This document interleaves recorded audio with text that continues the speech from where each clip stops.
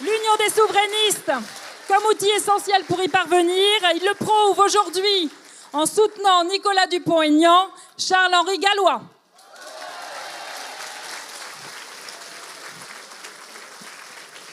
Merci à tous et bonsoir à tous les patriotes qui sont là ce soir, tous les amoureux de la France et tous les amoureux de la France libre.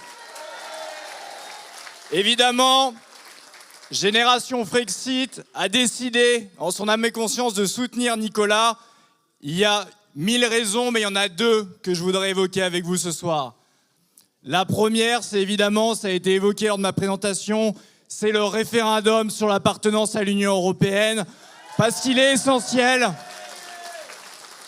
si l'on souhaite que la France reprenne le contrôle. Il y a beaucoup de candidats, ils ont beaucoup de slogans et beaucoup d'idées dans leur programme.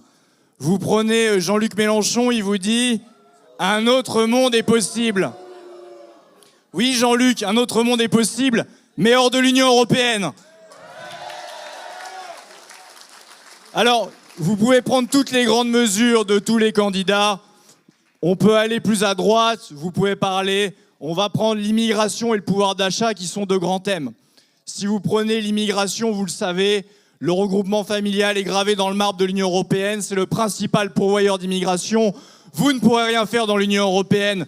Donc seul Nicolas apporte une vraie solution sur cette question-là.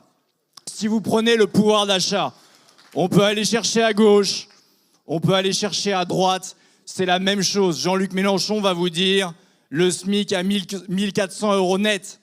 Dans le cadre de l'Union européenne et de l'euro, c'est strictement impossible. Quand on parle de pouvoir d'achat, vous allez évidemment avoir les questions de l'énergie.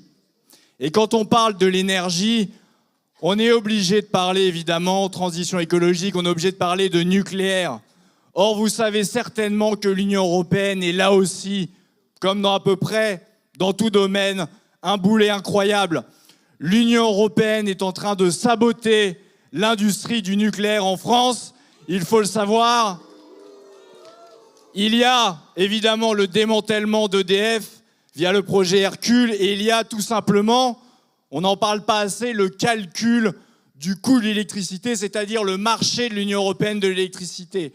Et à cause de cela, vous avez une électricité en France qui est indexée sur le prix du gaz. La France pourra avoir une énergie bien meilleur marché s'il n'y avait pas l'Union européenne. Et donc quand Marine Le Pen vous dit par exemple « je vais sortir du marché de l'Union européenne de l'électricité », c'est impossible.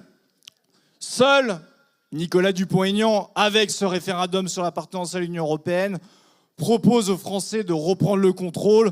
Donc oui, un autre monde est possible et il le sera en détruisant l'Union européenne.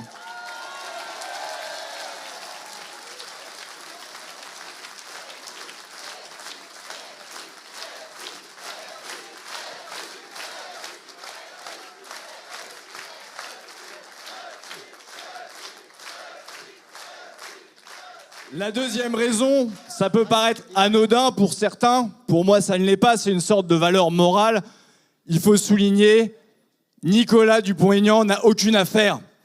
Et quel paradoxe à l'heure actuelle quand on compare avec Emmanuel Macron.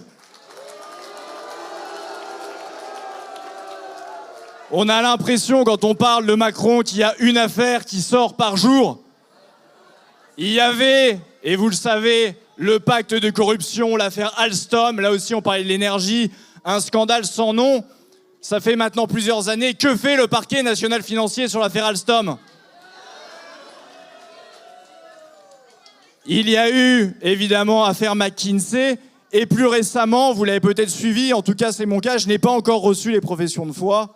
Ma femme n'a pas reçu les professions de foi, mes parents non plus. J'ai sondé mes amis, à peu près 9 personnes sur 10 n'ont pas reçu les professions de foi. Un véritable scandale. Et vous savez que le service, l'organisation, la distribution des professions de foi a été délégué à un cabinet qui s'appelle Sémaphore, qui appartient au groupe Alpha. Et là aussi, comme avec Macron, comme à chaque fois, c'est le conflit d'intérêts à tous les étages, puisque ce groupe est dirigé par Pierre Ferrucci, dont le fils Marc est le témoin de mariage d'Emmanuel Macron,